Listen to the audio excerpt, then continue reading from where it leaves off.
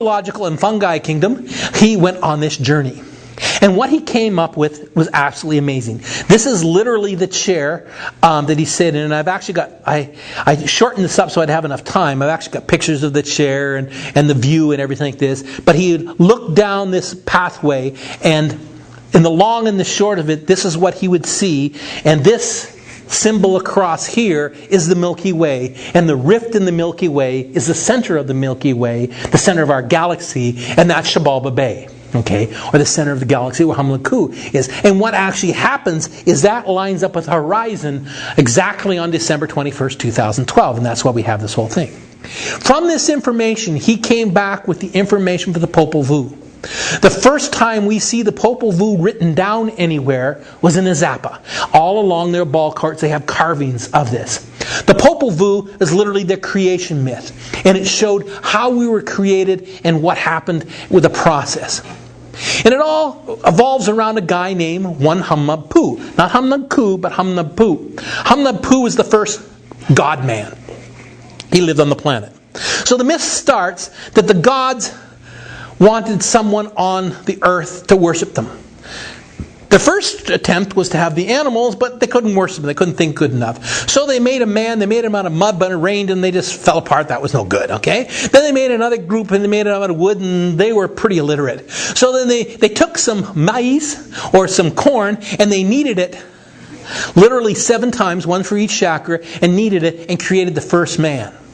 By the way, the gestation period from seed to full corn in this area of Azapa is 260 days. The sacred calendar Zolkin. That's also the gestation period of a human.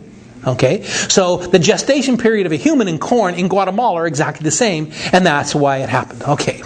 So that was the creation of the first bird, the first person. But this whole thing goes around this guy named Humnabpu. Humnabpu is the first god on the planet, the human god, not the descended god.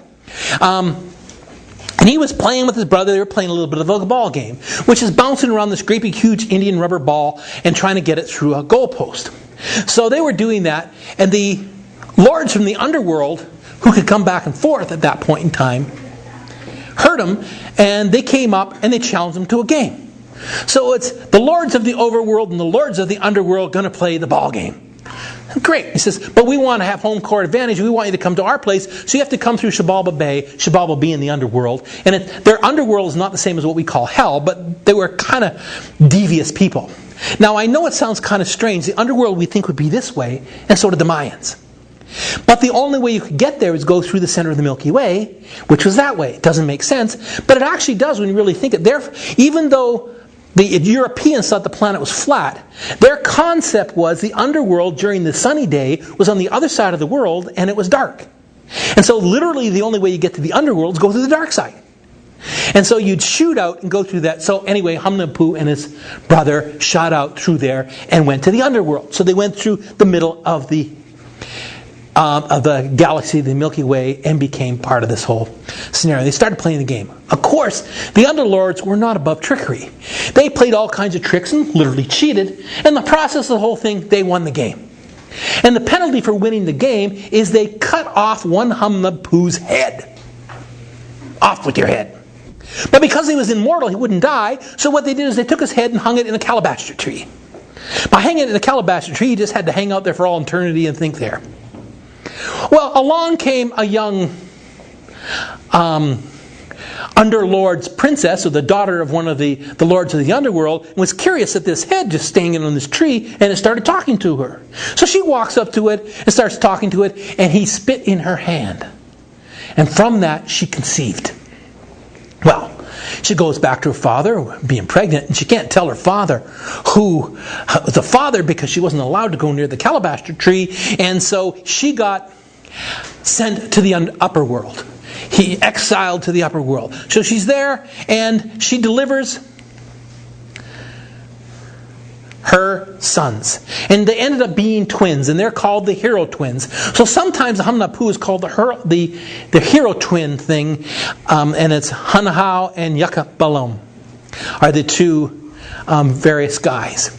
They get born, and they realize that their father was really the ruler of the overworld, but he was put into the underworld. So they decided they're going to go get revenge on him.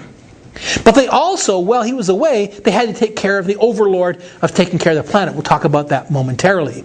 But what they did is they snuck their way through Shabalba Bay, and they go there and they challenge the underlords to a ball game. Of course, they were part underlords and part overlords, so they weren't above trickery themselves, so they had all kinds of little things up their sleeve. One of the things they had up their sleeve is they took the ball and they switched it with their father's head off the calabash tree. And they stuffed it in the ball, so when the ball went through the hoop, it would really be their father's head. So they play the game, and the game goes through a completion, and what happens is, soon as their father's head went through the ball game thing, which was Shabalba Bay, it went into a higher level of consciousness. He attained cosmic consciousness.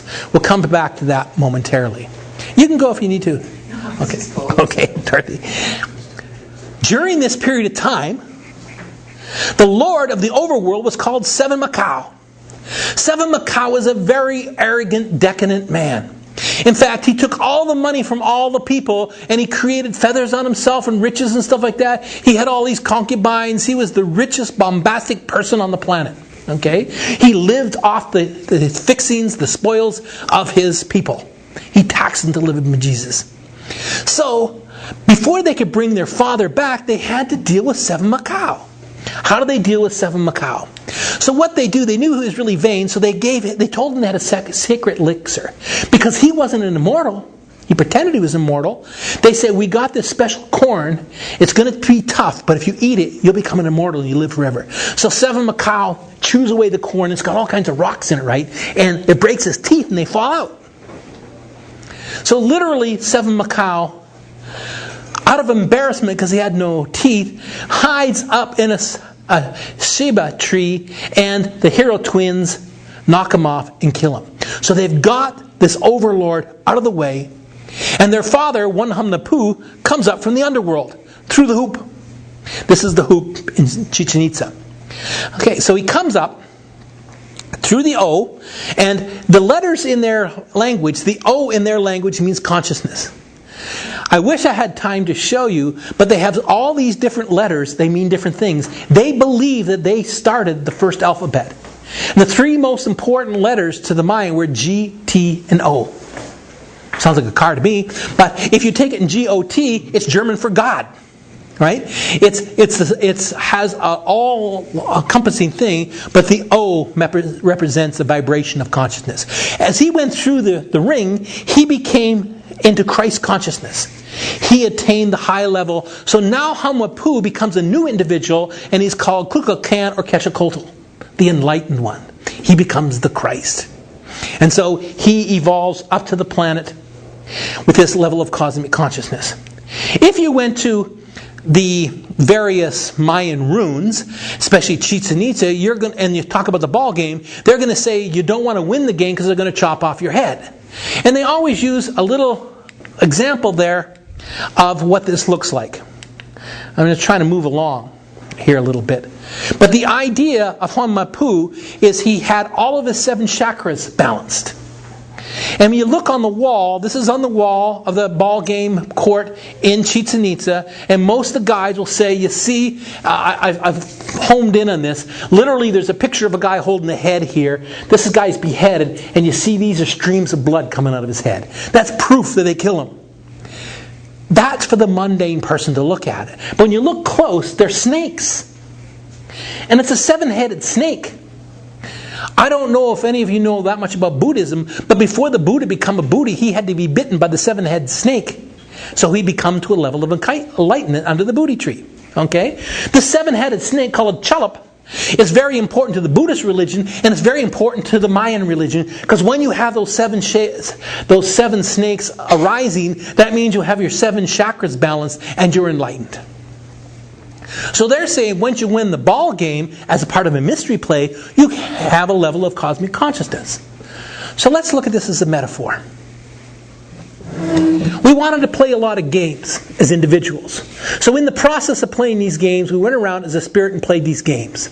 During that period of time, various marketers came along and lived a decadent, arrogant life. They lived like Seven Macaw. Most of us are living like Seven Macaw. We want all these toys and all these various things. We drive these fast cars, and we like to surround ourselves with all these riches.